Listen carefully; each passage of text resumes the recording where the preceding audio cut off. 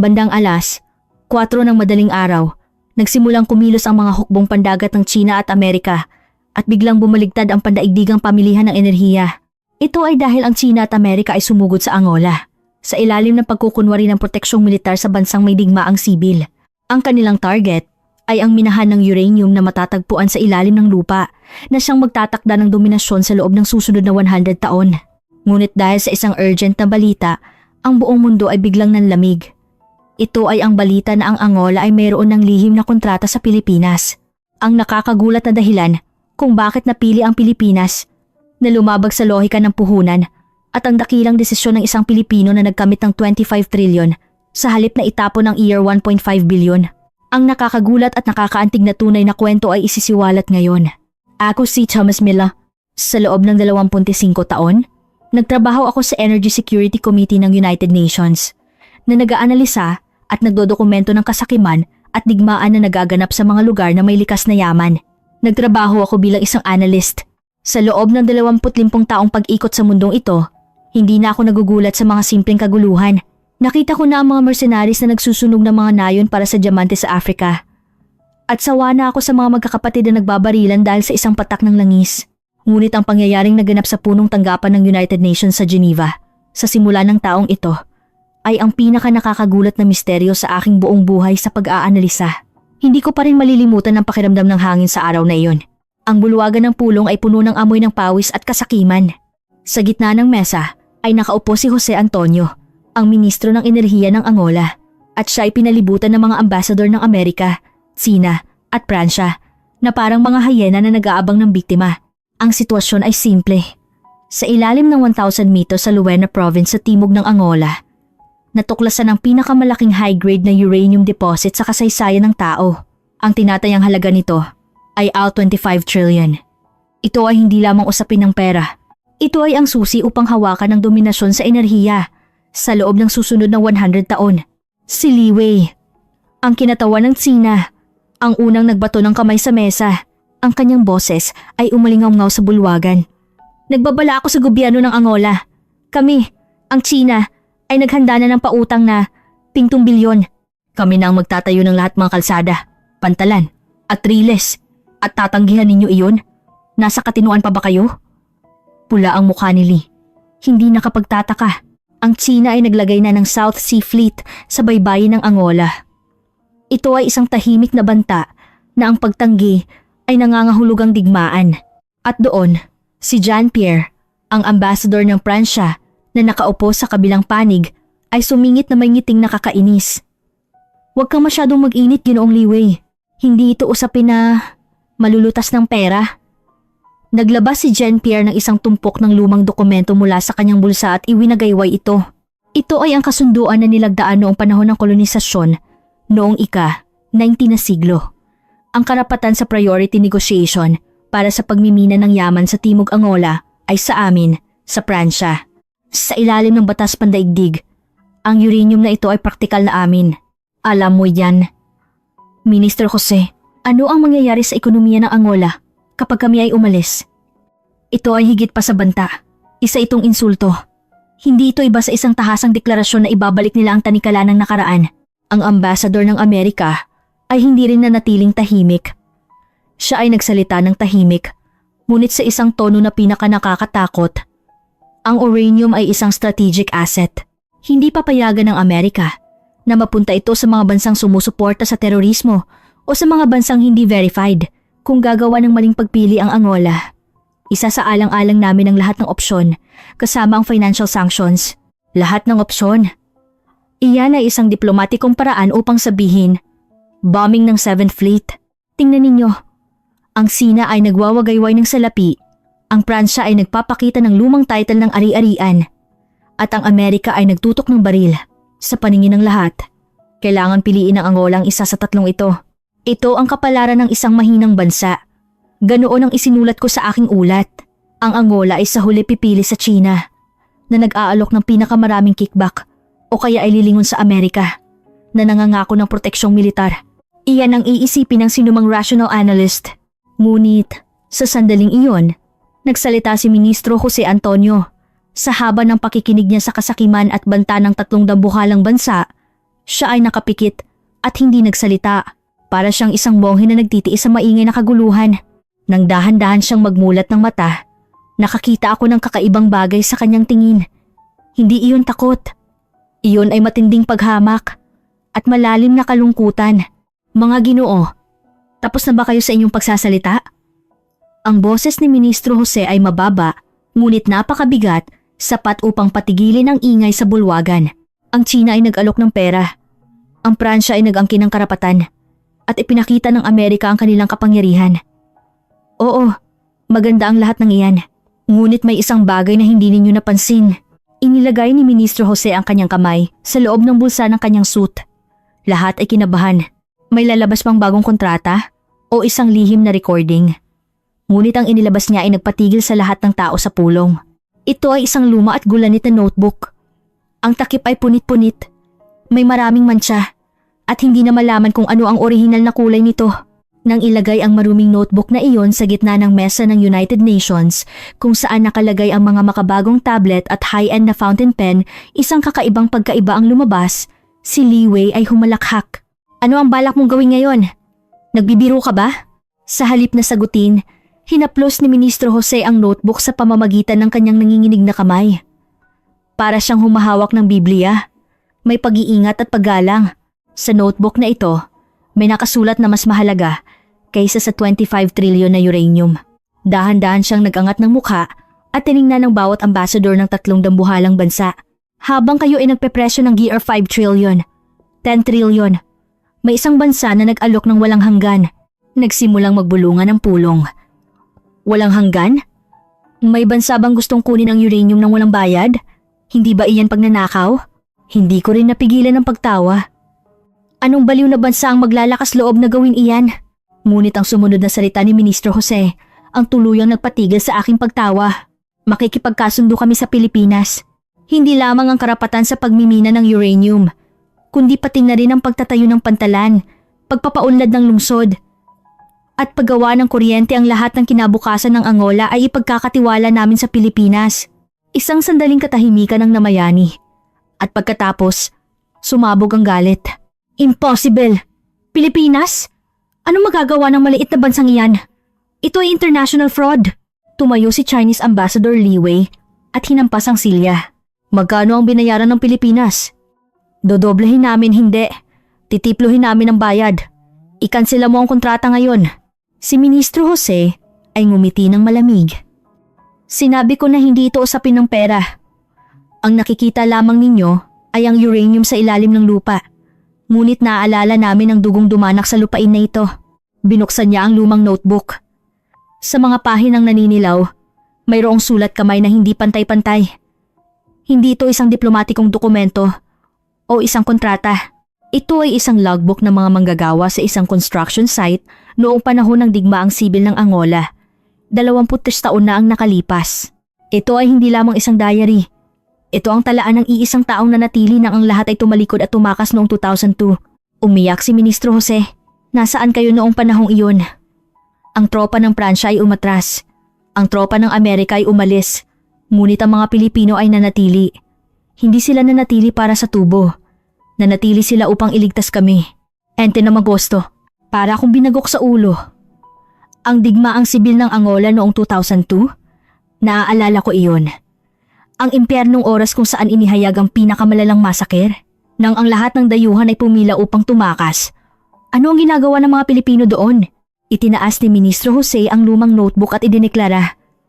Kung hindi dahil sa desisyon ng team leader na si Rody Santos, na nakasulat sa loob nito, wala sana ako at wala sana ang Angola ngayon.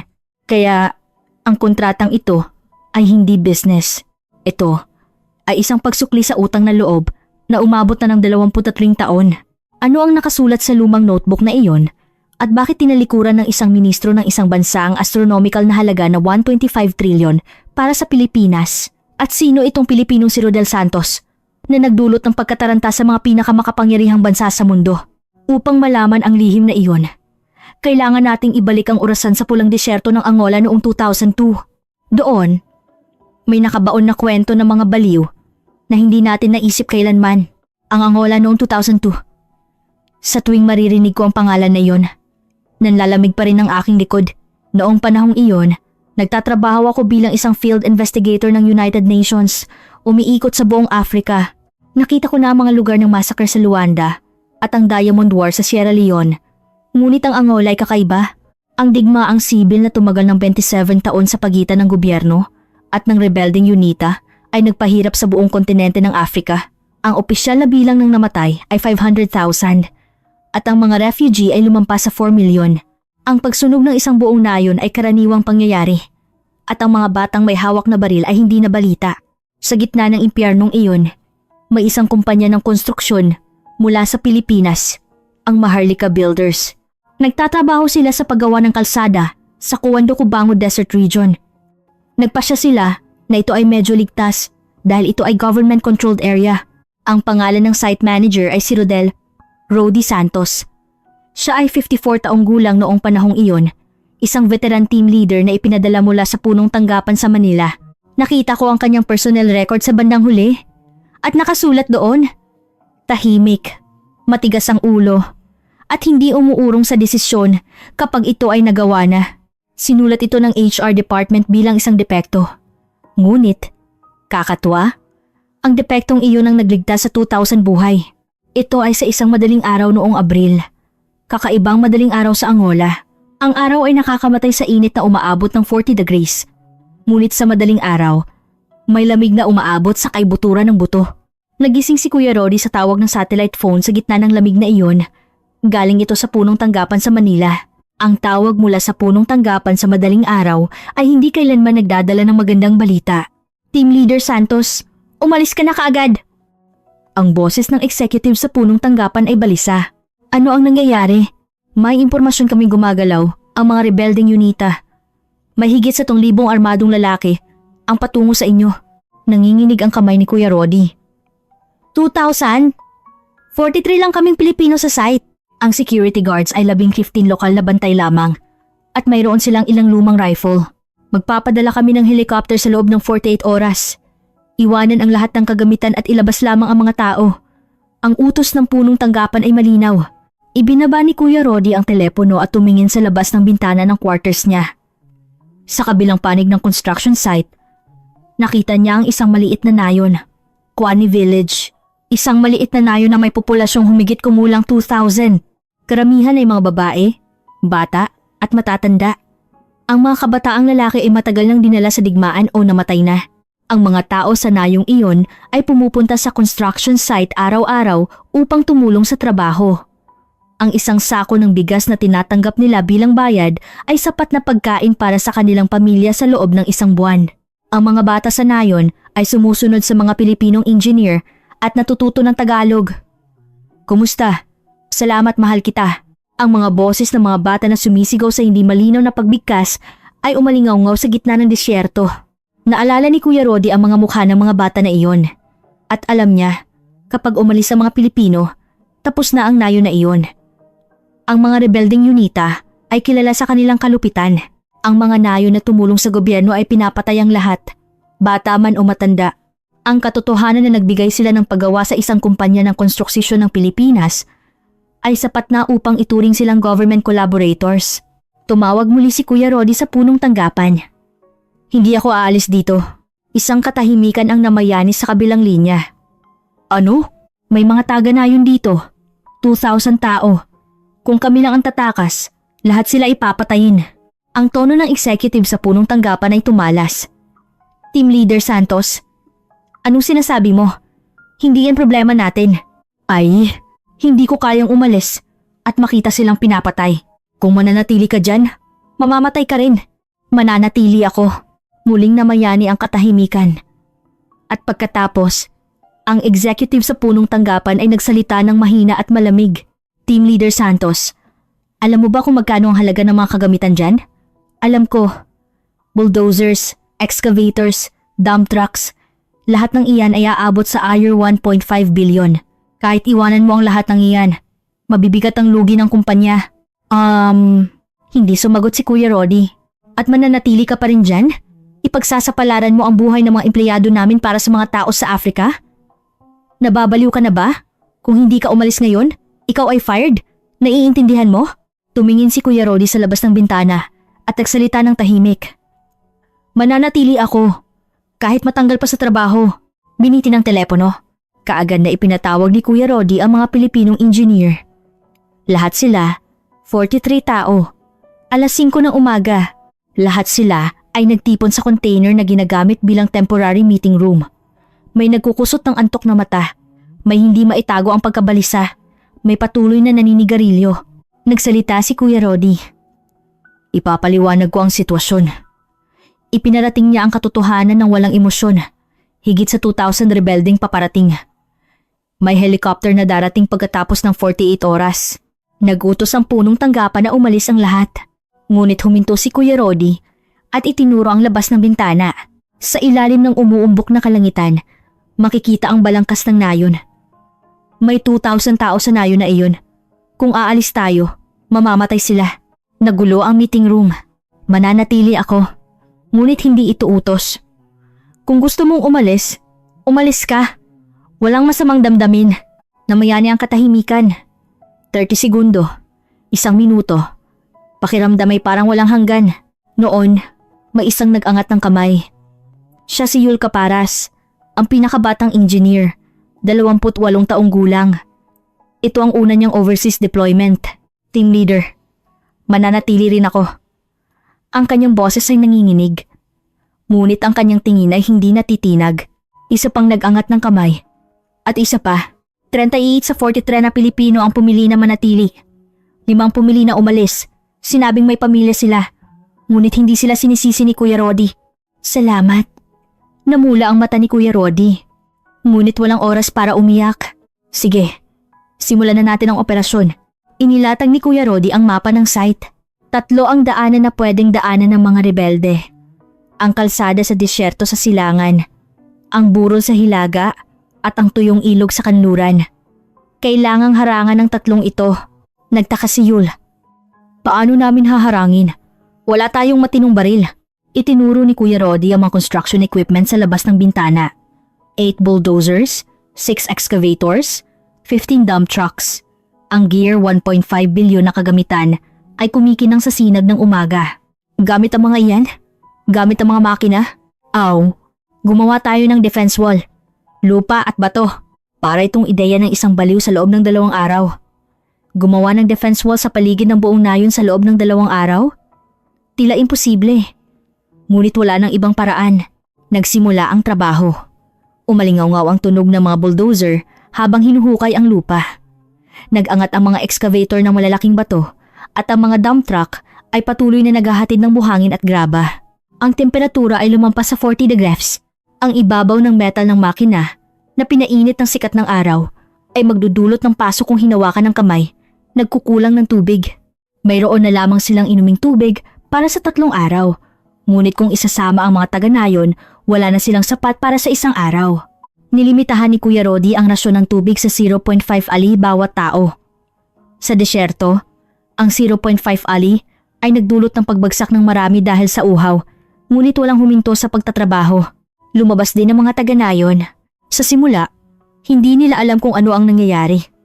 Bakit biglang hinuhukay ng mga Pilipino ang paligid ng nayon? Ipinaliwanag ni Kuya Rodi ang sitwasyon sa matanda ng nayon sa pamamagitan ng isang interpreter. Paparating ang mga rebelde. Darating sila sa loob ng 2 araw. Naging kulay abo ang mukha ng matanda. Papatayin kami? Tama. Ngunit haharangin namin sila. Tinitigan ng matanda si Kuya Rodi. Bakit? Pwede kayong tumakas. Bakit ninyo ito gagawin para sa amin? Hindi sumagot si Kuya Rodi. Sa halip, kinuha niya ang shovel at nagkukay ng lupa. Umiyak ang matanda. At sumigaw siya sa mga taga-nayon. Lumabas kayong lahat. Dalhin ninyo ang mga pala. Protektahan natin ang ating nayon sa ating mga kamay. Lumabas ang mga babae. Lumabas ang mga matatanda. Maging ang mga bata ay lumabas. Kabilang sa kanila, ang isang 22 taong gulang na binata. Si Jose, siya mismo. Ang ministro na nagpatigil sa mga dambuhalang bansa sa pulong ng United Nations 23 taon na ang lumipas. Si Jose noon ay isang payat na binata. Ang kanyang mga magulang ay namatay sa atake ng rebelde. 2 taon na ang nakalipas at siya ay pinalaki ng kanyang lola. Kinuha ni Jose ang pala at sumugod sa unahan. Sanayo na kulang sa mga kabataang lalaki. Siya ay isang mahalagang manggagawa. Doon unang nakita ni Kuya Rodi si Jose. Isang binata na naghahatid ng lupa nang walang tigil sa ilalim ng matinding init ng tanghali. Lumapit si Kuya Rodi at nagtanong. Anong pangalan mo? Jose. Mga magulang mo? Yumuko ang binata. Wala na. Tinitigan ni Kuya Rodi ang binata ng ilang sandali at inabot ang kanyang kantin. Ito ay para sa'yo. Inumin mo. Lolo? Ikaw, ayos lang ako. Inumin mo. Noong gabing iyon, ibinahagi ni Kuya Rodi ang kanyang rasyon ng tubig sa mga taga-Nayon nang walang nakakakita. Lumipas ang 2 araw. Tulad ng isang himala, natapos ang defense wall. 3M ang taas, 2 kilometer ang haba. Hindi ito perpekto, ngunit sa pinakamababa, mapipigilan nito ang pagpasok ng mga sasakyan. Tinipon ni Kuya Rodi ang mga taga-Nayon. Pumunta kayo sa Central Plaza ng Nayon. Iyon ang pinakaligtas na lugar. Nagsimulang kumilos ang 2,000 tao. Mga ina na may kargang sanggol, mga matatandang may tungkod, mga batang takot. Pumasok sila sa loob ng defense wall na ginawa ng mga Pilipino at nag-abang. Kinabukasan, bago mag-umaga, nagsimulang makita ang alikabok sa silangan. Tiningnan ni Yul sa binoculars. Team leader, paparating na sila. Naging seryoso ang mukha ni Kuya Rodi. Ilan? Hindi mabilang. Siguro daan-daan. Tingin ko ay higit sa 1,000. Ito ang mga rebelde. Mga sasakyang tinatawag na technical na may mga machine gun sa truck, armadong sundalo, kahit mga child soldier. Paparating sila na nagdadala ng alikabok. Kinuha ni Kuya Rodi ang satellite phone. Tumawag siya sa emergency contact ng UN Peacekeeping Force. Ito ang Maharlika Builder site sa Kuane, Angola. Paparating ang mga rebelde. Humihingi kami ng emergency support. Ang sagot ay nakapanlulumo. Walang tropa na available sa ngayon. Ang pinakamalapit na tropa ay aabot ng hindi bababa sa 96 na oras. 96 na oras. Kailangan nilang magtiis ng 4 na araw laban sa armadong mga rebelde. May ilang lumang rifle at AR 1.5 billion na construction equipment lamang. Tumingin si Kuya Rodi sa kalangitan. Ang silangan ay kulay dugo. Huminto ang mga sasakyang pandigma ng rebelde sa harap ng defense wall. Umalingaw-ngaw ang malakas na boses mula sa megaphone. Kayong mga nasa loob, umalis kayo sa loob ng 30 minuto o papatayin namin kayong lahat. 38 Pilipino at ulambang taga-Nayon. At ulamang armadong rebelde na bumabalot sa horizon. Nagsimula nang bumukas ang pinto ng impyerno. Inaasahan ng commander ng rebelde na aalis sila sa loob ng 30 minuto. Natural lang. Hindi maaaring manalo ang mga sibilyan na hindi regular na sundalo laban sa armadong puwersa. Ngunit lumipas ang 30 minuto at walang paggalaw mula sa likod ng defense wall. Kinuha muli ng commander ng rebelde ang megaphone. Huling babala, umalis kayo o aatake kami. Kinuha ni Kuya Rodi ang megaphone at umakyat sa defense wall. Sinubukan siyang pigilan ni Yul. Team leader, delikado. Ayos lang. Tumayo si Kuya Rodi sa defense wall nang dahan-dahan sa harap ng mga rebelde at nagsalita sa megaphone.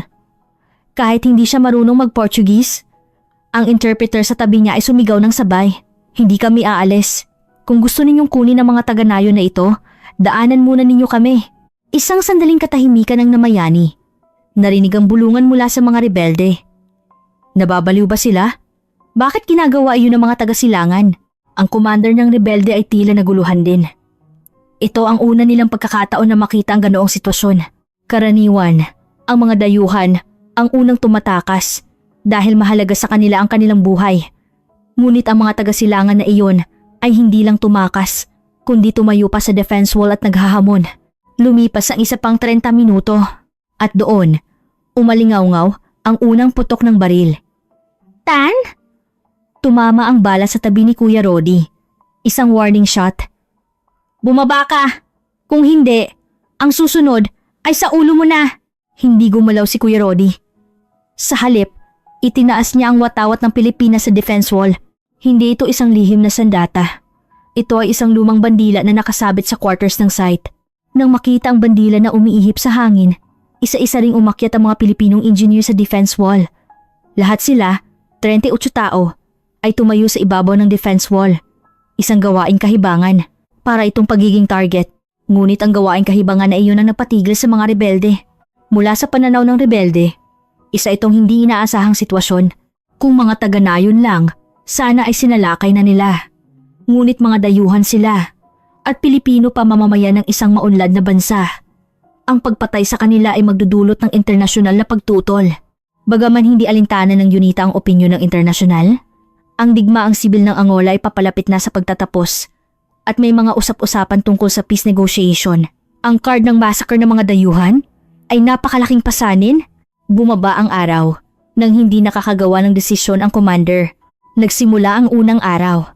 Pinili ng mga rebelde ang siege sa halip na pag-atake. Ganap na pinalibutan ang nayon at nagsimulang magbigay ng presyon. Nag-isip sila na kapag naubos ang tubig at pagkain, natural na babagsak ang depensa. Sa katunayan, mabilis na lumala ang sitwasyon. Nagkulang ng tubig. Hindi sapat ang tubig para sa 2,000 tao. Nilimitahan pa ni Kuya Rodi ang rasyon ng tubig. 0.3 liters bawat tao. 0.3 L. Dumami ang mga nagbagsakan dahil sa uhaw. Lalo na ang mga matatanda at bata ang nahihirapan. Madaling araw ng pangalawang araw, nagsimulang gumalaw ang mga rebelde. Umalingaw-ngaw ang tunog ng mortar. Ang unang bala ay bumagsak sa gilid ng nayon ng kwan. Sumigaw ang mga tao. Nagpanik. Ngunit si Kuya Rodi ay kalmado. Huwag kayong maghiwa-hiwalay. Magtipon sa Central Plaza. Hindi sila aatake. Tama ang kanyang pagtatasa. Hindi direktang inatake ng mga rebelde ang gitna ng nayon. Naghulog sila ng mga bala sa gilid upang lumikha ng takot. Isang psychological warfare upang pilitin silang sumuko. Ngunit may problema. May nasugatan. Isang Pilipinong engineer ang natamaan ng shrapnel sa paa. Ang first aid kit sa site lamang ang kanilang medikal na kagamitan. Kailangang tanggalin kaagad ang shrapnel. Kinuha ni Kuya Rodi ang tweezer. Kagatin mo ito. Huwag kang sumigaw. Masama kung maririnig nila. Ang nasugatang engineer ay kinagat ang tuwalya. Nang bunutin ni Kuya Rodi ang shrapnel, tumulo ang luha mula sa mata ng engineer. Ngunit hindi siya sumigaw hanggang sa huli. Tanghali ng pangalawang araw. Lumampas ang temperatura sa 45 rest. Isang impyernong init. Ang 2,000 taga-nayon ay nagtipon sa plaza na walang lilim. Nagsimulang umiyak ang mga bata. Gutom na ako. Uhaw na ako. Noon, lumapit si Jose kay Kuya Rodi. May hawak siyang isang baso ng tubig. Lolo, inumin mo to. Umiling si Kuya Rodi. Saan mo to nakuha? Ang rasyon ko. Ngunit mukhang mas hirap ka, Lolo. Nanginginig ang mata ni Kuya Rodi. Isang 22 taong gulang na binata ang nag-aalok ng kanyang sariling rasyon ng tubig. Gutom din siya. Uhaw din siya. Tinapik ni Kuya Rodi ang balikat ni Jose. Salamat. Pero inumin mo ito. Ayos lang ako. Talaga? Oo. Matanda na ako. Kayang tiisin ng matatanda. Tumango si Jose at lumayo. Tinitigan ni Kuya Rodi ang likod ng binata ng ilang sandali. Noong gabing iyon, palihim na dinala ni Kuya Rodi ang kanyang rasyon ng pagkain kay Jose. Sabi niya, ibigay mo ito sa lola mo. Umiyak ang lola ni Jose nang matanggap ang pagkain. Bakit mo ito ginagawa? Bakit mo ito ginagawa para sa amin?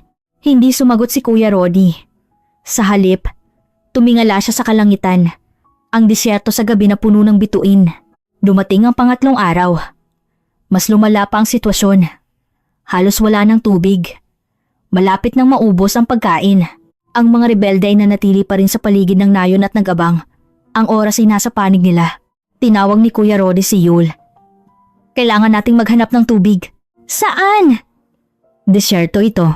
May groundwater doon. Nag-survey tayo ng geology noong nagtatayo tayo ng kalsada, di ba? Nasaan ang data? Nagliwanag ang mata ni Yul. Tiningnan nila ang geological survey data at natuklasan nila. May posibilidad ng aquifer 30 meters sa ilalim ng Central Plaza ng nayon. Dalhin mo ang excavator? Hanimas, umalingaw-ngaw ang tunog ng excavator sa disyerto. Napansin din ito ng mga rebelde, ngunit hindi sila umatake. Nagtataka siguro sila kung ano ang ginagawa nila. 10 meter, 20 meter, 25 lash. Walang lumabas. Nagsimulang kumalat ang pagkawalan ng pag-asa sa mukha ng mga tao. Wala. Team leader. Nanginginig ang boses ni Yul. Hindi sumagot si Kuya Rodi. Sa halip, sinabi niya sa operator ng excavator 5M pa, 28M, 29M, 30M. At sa sandaling iyon, Gurgle, gurgle. Bumulwak ang tubig. Putik na tubig. Ngunit tubig iyon. Tubig. May tubig. Nagsigawan ng mga tao. Tumakbo ang mga bata. Lumuhod ang mga matatanda at nanalangin. Tumulo ang luha mula sa mata ni Kuya Rody. Tumalikod siya upang hindi makita ng sino man ang kanyang luha. Ngunit nakita ni Jose at hindi niya iyon kailanman nakalimutan. Pagkatapos lumabas ang tubig, dahan-dahang gumanda ang sitwasyon. Tumaas ang moral ng mga tao. Isang sinag ng pag-asa ang lumitaw sa gitna ng pagkawalan ng pag-asa na akala nila ay kamatayan na. Ngunit ang mga rebelde ay naroon pa rin. Madaling araw ng ika-4 na araw. Isang malakas na tunog ang narinig mula sa silangan. Tunog ng helicopter. Tumingala ang mga tao. Nakita nila ang helicopter na may markang United Nations na lumilipad. Tropa ng UN. May tulong na. Nagsigawan. Mabilis na umatras ang mga rebelde. Hindi nila gustong makipaglaban sa tropa ng UN. Ang mga truck ay nag-iwan ng alikabok at naglaho. Sa ganito, nagtapos ang 4 na araw na bangungot. Bumaba ang commander ng UN Peacekeeping Force mula sa helicopter. Tiningnan niya ang defense wall, ang balon ng tubig na bumulwak at ang watawat ng Pilipinas. Kayo ang gumawa ng lahat ng ito? Tumango si Kuya Rody. Kamangha-mangha. Talagang kamangha-mangha. Paano ninyo ito naisip? Hindi sumagot si Kuya Rody. Sa halip, tiningnan niya ang mga taga-nayon. Mga taong umiiyak, tumatawa, nagyakapan. Lahat ng 2,000 tao ay nakaligtas. Lahat ng Pilipinong engineer ay ligtas. May nasugatan, ngunit walang namatay. Isang himala. Hindi ito himala. Ito ay resulta ng desisyon ng isang tao na parang baliw. At ang dedikasyon ng mga taong sumunod sa desisyong iyon. Noong gabing iyon, nagdaos ng isang simpleng pagdiriwang ang mga taga-nayon. Wala silang halos hawak, ngunit gusto nilang ipakita ang kanilang pasasalamat. Lumapit ang matanda kay Kuya Rody. Hawak niya ang isang luma at gulanit na notebook. Ano ito? Gusto kong ibigay ito sa iyo. Binuksan ng matanda ang notebook. Ang pahina ay blanco. Isulat mo ang kwento mo dito. Gusto naming manatili ito bilang kasaysayan ng aming nayon. Tinanggap ni Kuya Rody ang notebook. Noong gabing iyon, isinulat niya ang unang pangungusap. Ngayon, nakaligtas tayo. Walang sino man ang nakaaalam noon na ang notebook na iyon ay magpapabago sa halaga ng 825 trilyon sa pulong ng United Nations 23 taon na ang lumipas. Ngunit ang tunay na kwento ay hindi nagtatapos dito. Pagkatapos ng digmaang sibil, umalis ang lahat ng dayuhan sa Angola, ang mga kumpanya ng Pransya, ang mga aid organization ng Amerika, at maging ang mga opisyal ng United Nations. Ngunit hindi umalis si Kuya Rody. Bakit siya nanatili sa Angola? Na naging ruins, gayong maaari siyang umuwi bilang isang bayani.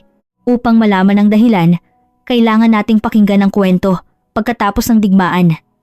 Ang opisyal na pagtatapos ng digmaang sibil ay 2 buwan pagkatapos noon. Nagtapos ang digmaan na tumagal ng 27 taon. Nilagdaan ang peace agreement at binuwag ang rebelding UNITA. Nagdiwang ang buong Angola. Nagtungo ang mga tao sa kalye, umiiyak at tumatawa. Ngunit naiiba ang Kwan Village. Bagaman nagtapos ang digmaan, ruins lamang ang naiwan. Ang mga bahay ay gumuho, ang mga bukid ay nasira. Walang ospital at walang paaralan. Walang pasilidad para sa malinis na tubig. Ang opisyal na utos na umalis ay dumating mula sa punong tanggapan ng Maharlika Builders. Team Leader Santos, magaling ang ginawa mo. Bumalik ka na. Halos nasira ang Ayer 1.5 bilyon na kagamitan. Malaking kawalan iyon para sa kumpanya. Ngunit hindi inaalis ng punong tanggapan si Kuya Rody. Sa halip, itinuring nila siyang bayani. Dahil ibinalita ng media, ang Pilipinong nagligtas sa 2,000 tao. Kung umuwi siya, ipinangako sa kanya ang promotion. Ngunit hindi umalis si Kuya Rody. Mananatili ako rito ng kaunti pa. Bakit? Tapos na ang digmaan. Ano pa ang kailangan mong gawin? Hindi ito maintindihan ng punong tanggapan. Ang kailangan gawin ni Kuya Rody ay iba. Nangako siya sa matanda ng nayon bago umalis. Babalik ako. Sigurado iyan. Hindi iyon salita lamang. Seryoso si Kuya Rody. Kaya, hindi siya umalis. Sa halip na umuwi, nanatili siya sa Kwane Village sa kanyang personal na kapasidad. Nanatili rin si Yul. At 3 pang engineer ang nanatili. Walang suweldo, putol ang suporta ng kumpanya. Nabuhay sila sa pamamagitan ng paggamit ng kanilang sariling ipon. Isang gawaing kahibangan. Hindi naging ligtas ang Angola dahil lamang sa tapos na ang digmaan. Masama ang krimen at laganap ang mga sakit na dala ng giyera. Madalas ang krimen na target ang mga dayuhan. Ang pamilya ni Kuya Rodi ay tumutol din. Umiyak ang kanyang asawa sa telepono. Mahal, umuwi ka na. Gustong makita ng mga bata ang tatay nila. Nalagay sa pagsubok ang puso ni Kuya Rodi. Mayroon siyang 2 anak sa Pilipinas, ngunit hindi siya umuwi hanggang sa huli. Patawarin mo ako. Konti na lang. Uuwi ako kapag tapos na ang trabaho rito. Ang konti na lang na iyon ay naging 3 taon. Ang unang sinimula ni Kuya Rodi ay ang pag-aayos ng balon. Ang balong hinukay nila noong siege ay temporary facility lamang. Kailangan niyang gumawa ng maayos na water supply system. Nakatanggap siya ng maliit na tulong pinansyal mula sa Pilipinas. Pera na tinipon ng komunidad ng Pilipino doon. Ilang milyong piso lamang, ngunit malaking halaga na iyon sa Angola. Nang matapos ang water supply system, nagdiwang ang mga taga-nayon. Malinis na tubig. Hindi alam ng mga tao sa mayayamang bansa kung gaano iyon kahalaga. Ngunit para sa mga taong nabuhay sa maruming tubig sa disyerto, ang malinis na tubig ay isang himala. Ang sumunod ay ang paaralan. Walang paaralan sa nayon. Ang pinakamalapit na paaralan ay 50 kilometers ang layo. Walang pagkakataon ang mga bata na mag-aral. Nagpasya si Kuya Rodi na magtayo ng paaralan. Humingi siya ng suporta sa gobyerno ng Pilipinas. Ngunit mabagal ang tugon. Angola, nasaan iyan? Sa halip, dumating ang suporta mula sa mga pribadong sektor. Maliit na NGO sa Pilipinas, donasyon mula sa komunidad ng Pilipino, at mga missionary fund mula sa mga simbahan sa Pilipinas. Nagtipon sila ng kaunting pera at nagtayo ng paaralan. Isang istruktura na hindi maituturing na gusali. Isang bungalow na gawa sa putik. Ang bubong ay yero. Ngunit para sa mga taga-nayon, ito ay mas sagrado kaysa sa simbahan. Araw ng inauguration. Nagtipon ang lahat ng tao sa nayon. Nag-ribbon cutting si Kuya Rodi. Sa tabi niya nakatayo si Jose. Jose, magtatrabaho ka na sa paaralan simula ngayon. Talaga? Ikaw ang magtuturo sa mga bata sa nayon. Turuan mo rin sila ng Tagalog. Nagliwanag ang mata ni Jose. Ang binata na iyon ang naging unang guro ng nayon. Walang maayos na lamesa sa silid-aralan. Kulang ang mga textbook. Ngunit mas masigasig si Jose kaysa sa sino man. Nagturo si Kuya Rodi ng Tagalog mismo. Kay Jose at sa mga bata. Kumusta? Kumusta? Magaling. Ito ang susunod. Salamat. Salamat. Sumipsip si Jose ng kaalaman na parang sponge. Hindi lang Tagalog, kundi math, science, history. Isang matalinong lalaki. Nakita ni Kuya Rodi ang potensyal ng binata. Iba ang binatang ito. Magiging malaking tao siya kapag nakakuha ng tamang edukasyon. May espesyal na sitwasyon si Jose. Ang kanyang mga magulang ay namatay sa atake ng rebelde 2 taon na ang nakalipas. Binaril ang kanyang ama dahil nakipagtulungan sa gobyerno. At ang kanyang ina ay namatay sa shock. Pinalaki si Jose ng kanyang lola. Mahirap sila. Hirap na hirap silang kumain ng 1 beses sa isang araw. Si Kuya Rodi ang naghanap ng paraan para sa pamumuhay ni Jose. Hindi lang living expense, kundi pati na rin ang gamot ng lola niya. Wala siyang sariling suweldo. Nagtaka si Yul. Team leader, bakit mo ginagawa iyan para sa binatang iyan? Hindi sumagot si Kuya Rodi ng ilang sandali. At pagkatapos, dahan-dahan siyang nagsalita. Ganyan din ako noong bata pa ako. Oo, ang tatay ko ay nasunog sa panahon ng kaguluhan pagkatapos ng World War II. Nakatira kami sa isang barak sa Maynila. 1 beses lang kami kumain sa isang araw. Ngunit may isang Pilipinong nagtatrabaho sa isang charitable group ang tumulong sa tatay ko. Pinag-aral siya at binigyan ng pagkain. Dahil doon, naging maayos ang tatay ko at lumaki ako ng ganito. Tumingala si Kuya Rodi sa kalangitan. Kailangan kong suklian ang utang na loob na iyon. Tulad ng ginawa ng isang tao para sa akin, kailangan ko ring gawin para sa iba. Walang nasabi si Yul. Lumipas ang oras. 1 taon, 2 taon, 3 taon. Lumaki ang paaralan. Ang bilang ng estudyante ay dumami mula 50 hanggang 200. Nagbago rin ang nayon. May clinic na. May simple road na. Nagsimula na ring magbukas ang maliit na market. Ang nayon na ruins ay dahan-dahang nabuhay. Araw-araw, nagdodokumento si Kuya Rodi sa notebook, ang lumang notebook na ibinigay ng matanda. Ngayon, tapos na ang pangalawang yugto ng pagpapalawak ng water supply system. Si Jose ay nagtuturo sa mga bata sa nayon ng may sigla.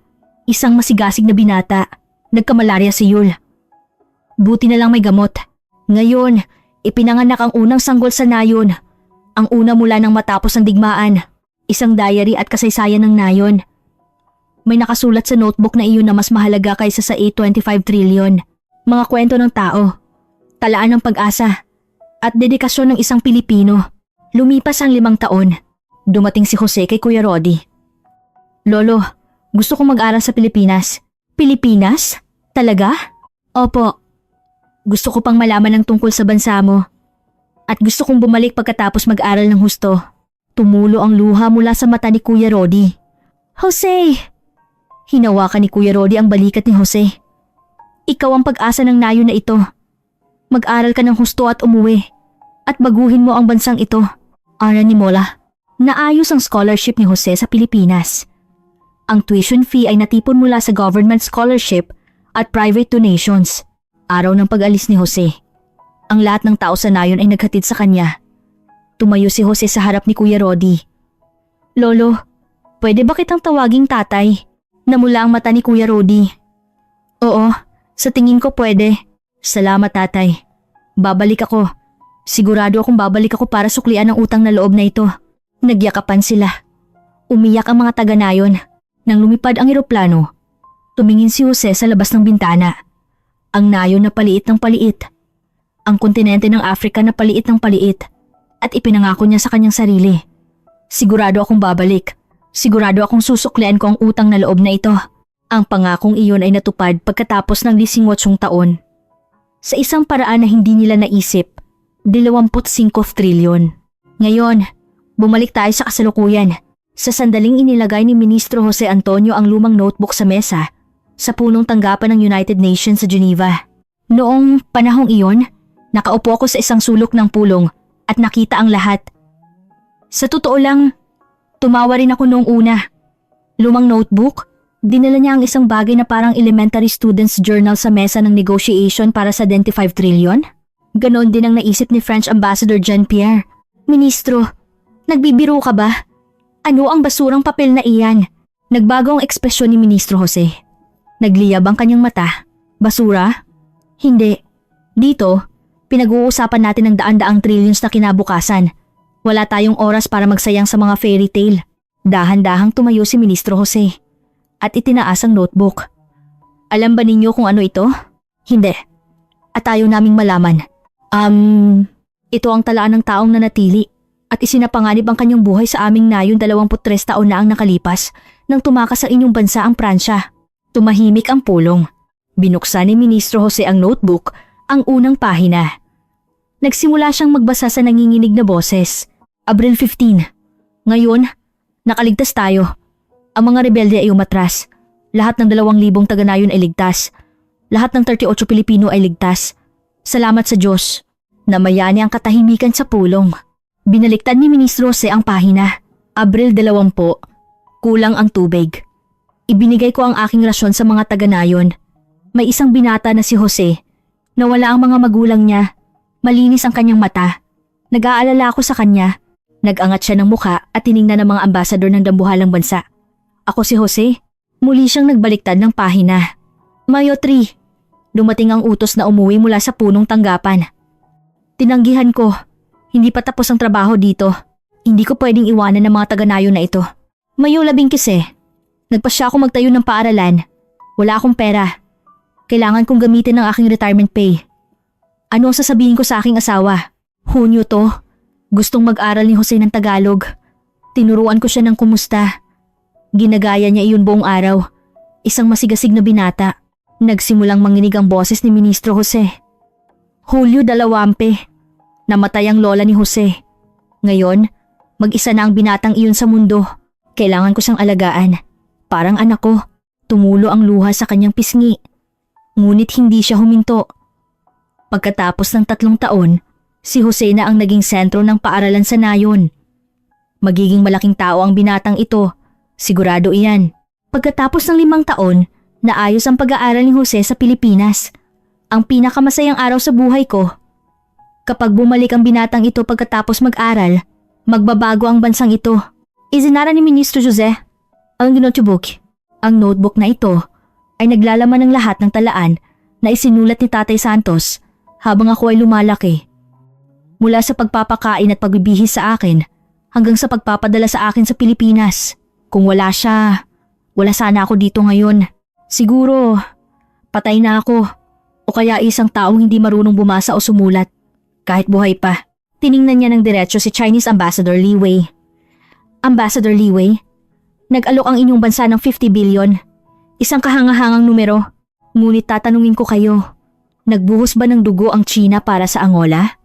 Mayroon bang Chino na nagpalaki ng isang Angola na binata na parang sarili niyang anak? Sinubukan ni Ambassador Li Wei na magsalita, ngunit itinaas ni Ministro Jose ang kanyang kamay. Hindi na kailangang sumagot. Alam ko, wala. Binalingan niya si French Ambassador Jean-Pierre.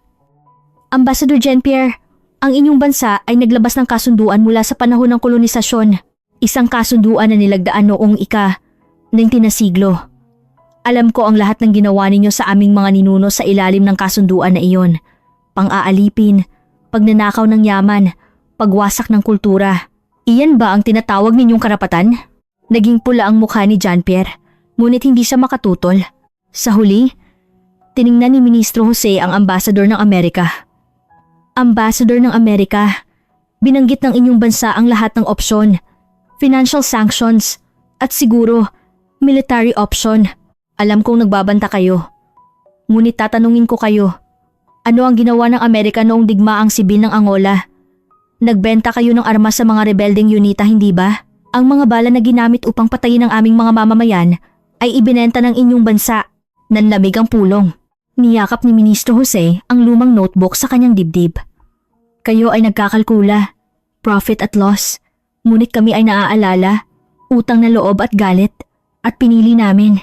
Suklian ang utang na loob. Anas pa to. Ginawa niya ang huling deklarasyon. Ang gobyerno ng Angola ay makikipagkasundo ng exclusive contract sa Pilipinas. Ang lahat ng karapatan sa pagmimina, refining facility, at export ng uranium ay ipapasa sa Pilipinas. Hindi ito negotiation. Ito ay desisyon. Anong kondisyon? Nagtanong si Chinese Ambassador na parang nagmumura. Magkano ang binayaran ng Pilipinas? Dodoblehin namin iyon. Ngumiti si Ministro Jose. Walang hiningi ang Pilipinas. Wala. Nangako ang gobyerno ng Pilipinas. Naiiwan ang 70% ng kita sa pagmimina sa Angola. Ang natitirang 30% ay ire-reinvest din sa technology transfer at human resource development. Praktikal, lahat ay sa amin. Nag-ingay ang pulong. Isang imposibleng kondisyon. Hindi ko rin ito pinaniwalaan. Ibig sabihin ba ay ibibigay nila ang I-25 trillion na minahan ng halos libre? Posible ba iyon? Ngunit ang sumunod na salita ni Ministro Jose ang nagpaliwanag sa lahat.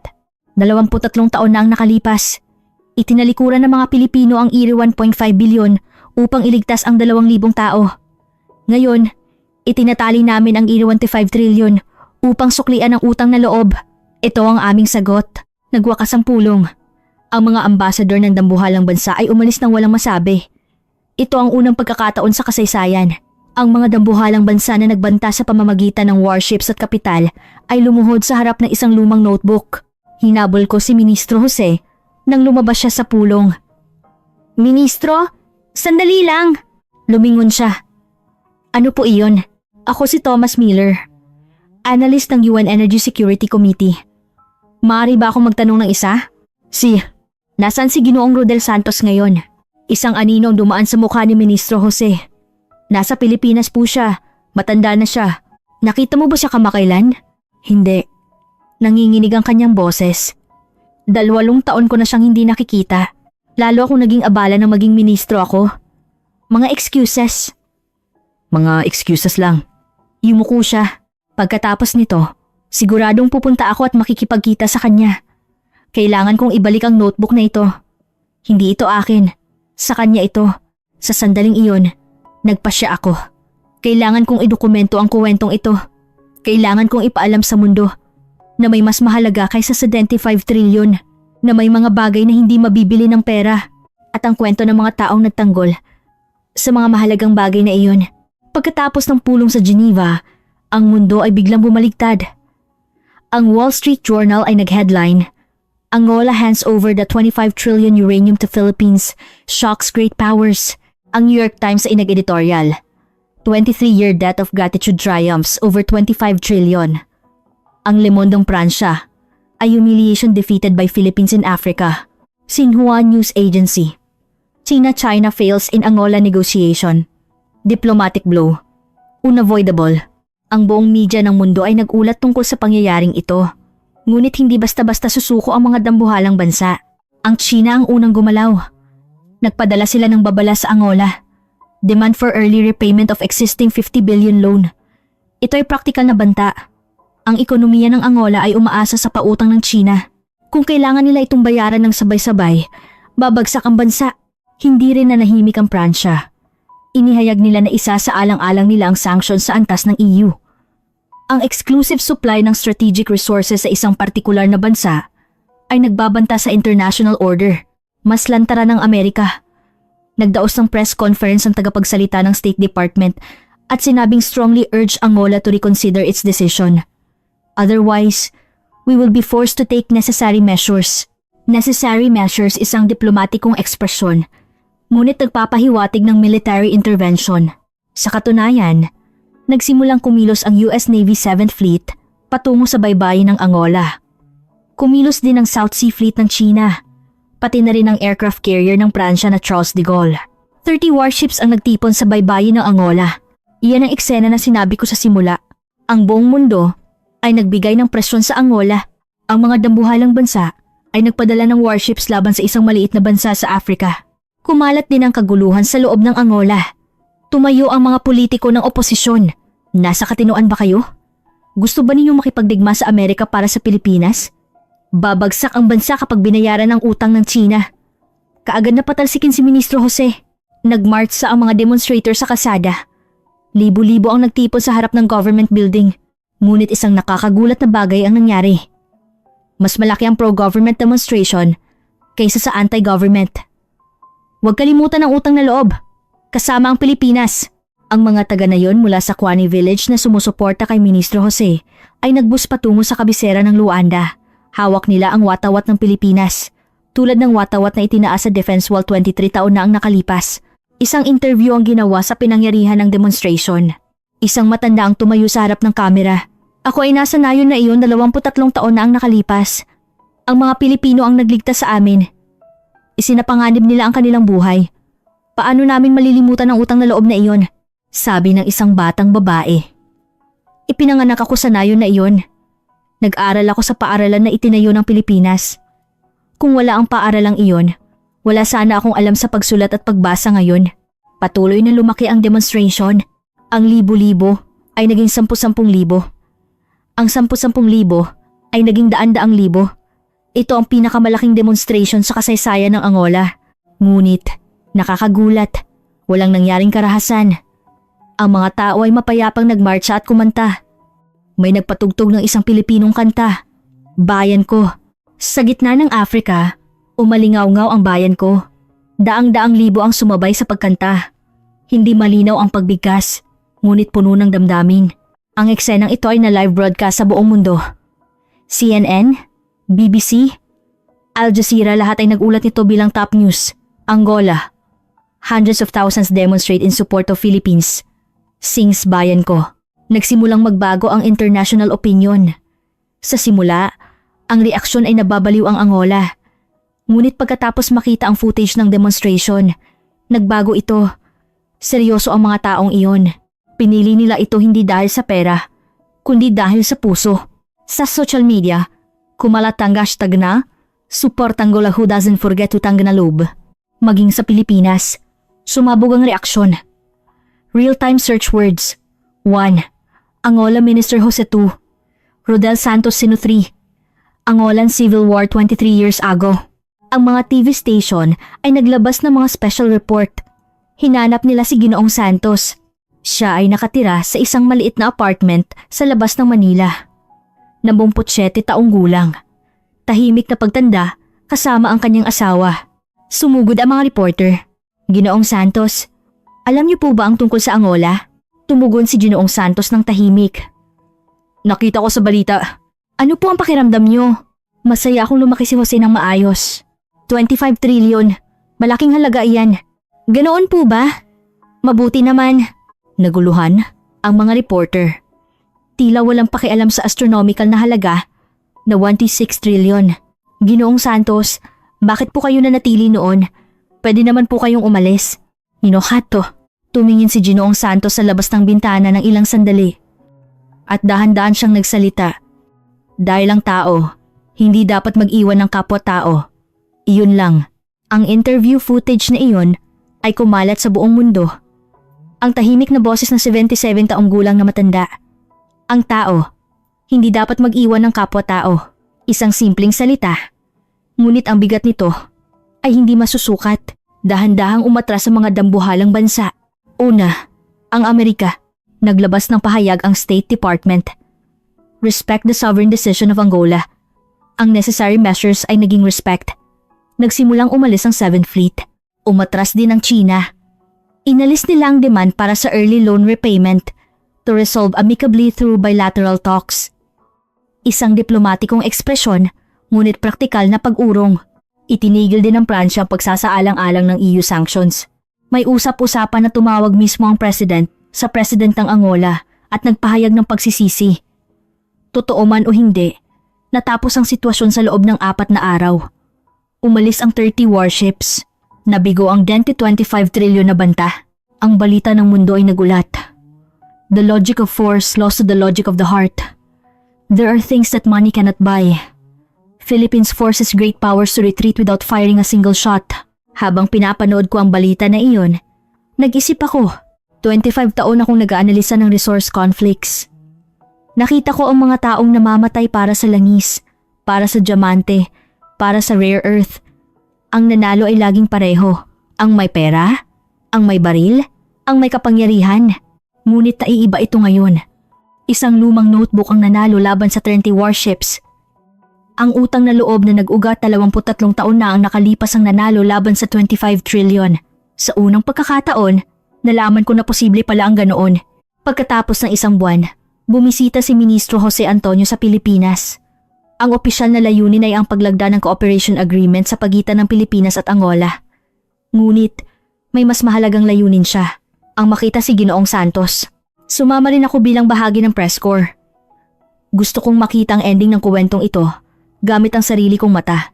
Pagdating sa airport, nakasuot si Ministro Jose ng itim na suit. Ngunit hawak niya ang lumang notebook. Ang notebook 23 taon na ang nakalipas. Mas lalo na itong gulanit at halos natanggal na ang takip. Ministro, ayos po ba kayo? Tanong ng aide. Ayos lang.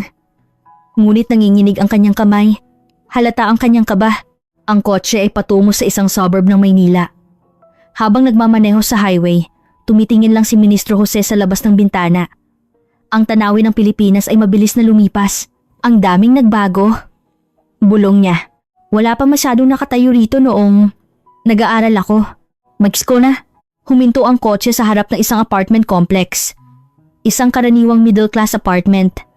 Hindi marangya. Hindi rin mahirap. Dito po ba? Opo. Sa ika-12 palapag ng gusaling ito. Bumaba ang ministro sa kotse. Walang nagsalita habang umaakyat sila sa elevator. Ika-12 palapag, Unit 1203. Tumayo siya sa harap ng doorbell. Huminto ang kamay ni Ministro Jose sa himpapawid.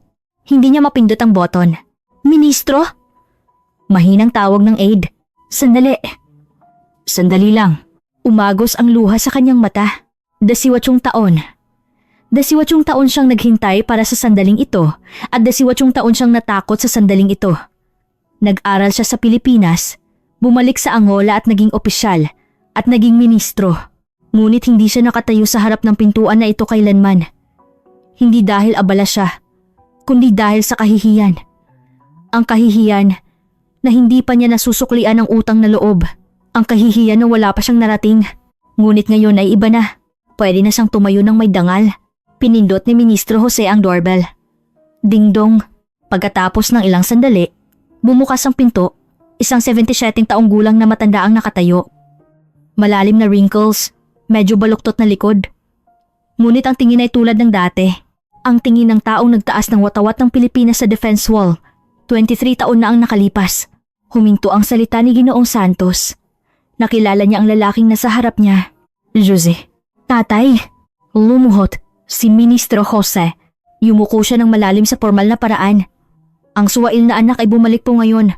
Tumulo ang luha mula sa mata ni Ginoong Santos. Sira ulo. Bakit ngayon ka lang dumating? Bakit ngayon pa? Patawarin mo po ako, tatay. Talaga pong humihingi ako ng tawad. Tumayo ka. Tumayo ka. Pinatayo ni Ginoong Santos si Ministro Jose at niyakap niya. Ang dalawang lalaki ay nagyakapan at umiyak ng ilang sandali. Isang 77 taong gulang na matanda at isang 45 taong gulang na ministro, ama at anak. Muling nagkita pagkatapos ng 23 taon. Pumasok sila sa loob ng bahay. Isang maliit na living room na may isang sofa at isang TV. Sa dingding, may nakasabit na frame ng litrato. Isang larawan na kinuha sa Quain Village, ang batang Ginoong Santos na pinalibutan ng mga taga-nayon noong inauguration ng paaralan. At ang binata na si Jose na nakatayo sa tabi niya. Naaalala mo ba ang litratong ito? Opo. Araw ng inauguration ng paaralan. Palagi ka pong nasa tabi ko. Parang anino. Mahal na mahal po kasi kita, tay. Nag-abot ng tsaa ang asawa ni Ginoong Santos. Bumati siya kay Ministro Jose. Kumusta, Jose? Wow, ang laki mo na. Nabalitaan kong naging ministro ka na? Opo. Salamat po sa inyo, nanay. Hindi dahil sa akin. Dahil lahat sa tatay mo. Iwinagayway ni Ginoong Santos ang kamay niya. Huwag mo akong idamay. Wala akong ginawa. Kinuha ni Ministro Jose ang lumang notebook mula sa kanyang bulsa. Tatay, gusto ko pong ibalik ito. Amin na sab. Tinanggap ni Ginoong Santos ang notebook. Binuksan niya. Puno ng sarili niyang sulat kamay. Ang sulat kamay 23 taon na ang nakalipas. Ang sulat kamay noong bata pa siya. Saan mo to nakuha? Binigay mo po sa akin noong umuwi ka sa Pilipinas. Sabi mo, sa iyo ito. Ikaw na ang magtabi. Ah, ganoon ba? Araw-araw ko itong binasa. Kapag hirap ako, kapag gusto ko ng sumuko, kapag binabasa ko ito, nagkakaroon ako ng lakas. Nanginginig ang boses ni Ministro Jose. Dinala ko rin ito sa pulong ng United Nations. Kung wala ito, hindi ko po kayang manindigan. Ibinigay ni Ginoong Santos ang notebook pabalik kay Ministro Jose. Iyon na, hindi ito akin. Sa iyo na talaga ito simula pa sa simula. Ako man ang sumulat. Ang laman nito ay ang kwento mo. Ang kwento ng paglaki mo. Ang kwento ng pangarap mo. Ang kwento ng mga nagawa mo. Kaya, ikaw na ang magtabi. Niyakap ni Ministro Jose ang notebook sa kanyang dibdib. Salamat po, tatay. Maraming salamat po. Diyan ko. Ano ba ang sinasabi mong salamat? Ang ginawa ko lang ay ang manatili sa tabi mo. Iyon na po iyon. Dahil nanatili ka sa tabi ko, narating ko po ito. Muli silang naghawak ng kamay. Isang kamay na puno ng wrinkles at isang batang kamay. Dalawang kamay na may 23 taon ng kasaysayan. Habang pinapanood ko ang eksenang iyon, hindi ko napigilan ang aking luha. Sa loob ng 25 taon, nakita ko lang ang digmaan at kasakiman. Ngunit sa unang pagkakataon, nalaman ko na mayroong ganoong sandali. Humiling ako ng isang interview.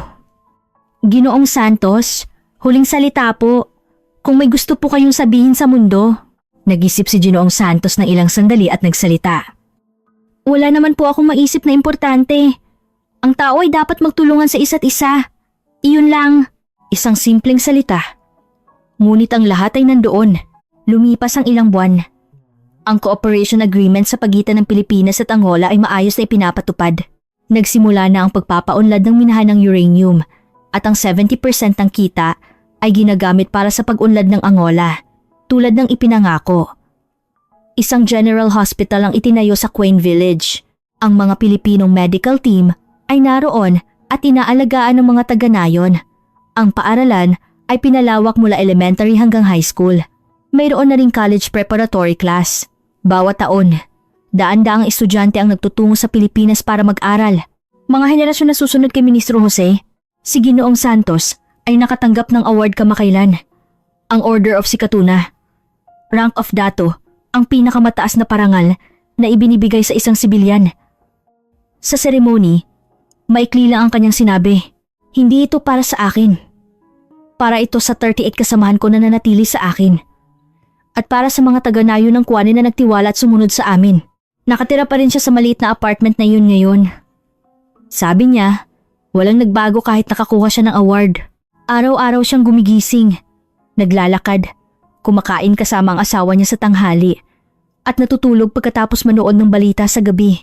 Tinatanong siya ng mga reporter, hindi po ba kayo nalulungkot? 25 trillion iyon? Tumawa siya at sumagot, ano ba ang pera? Kung malusog ka, may pamilya ka, at may makakain ka, iyon na ang kaligayahan. Marami akong natutunan habang idinodokumento ko ang kuwentong ito. Sa loob ng 25 taon ng pag-aanalisa ng resource conflicts, nakita ko lang ang kasakiman ng tao. Digmaan para sa langis, massacre para sa diamante, pagbagsak ng bansa para sa rare earth. Naniniwala ako na iyon ang katotohanan ng mundo. Ang malakas ang nananalo, at ang mahina ang natatalo. Iyon ang batas ng kalikasan. Ngunit mali ako. Isang tao, si Rodel Santos, ang nagpabagsak sa lahat ng pinaniniwalaan ko. Tinalikuran niya ang Ayer 1.5 billion upang iligtas ang 2,000 tao. Pinili niya ang tahimik na dedikasyon sa halip na pagtrato bilang bayani. At 23 taon na ang nakalipas, ang dedikasyon na iyon ay bumalik bilang den 25 trillion. Ang utang na loob ay hindi nawawala. Babalik ito at aanihin. Iyan ang mensahe ng kuwentong ito sa mundo.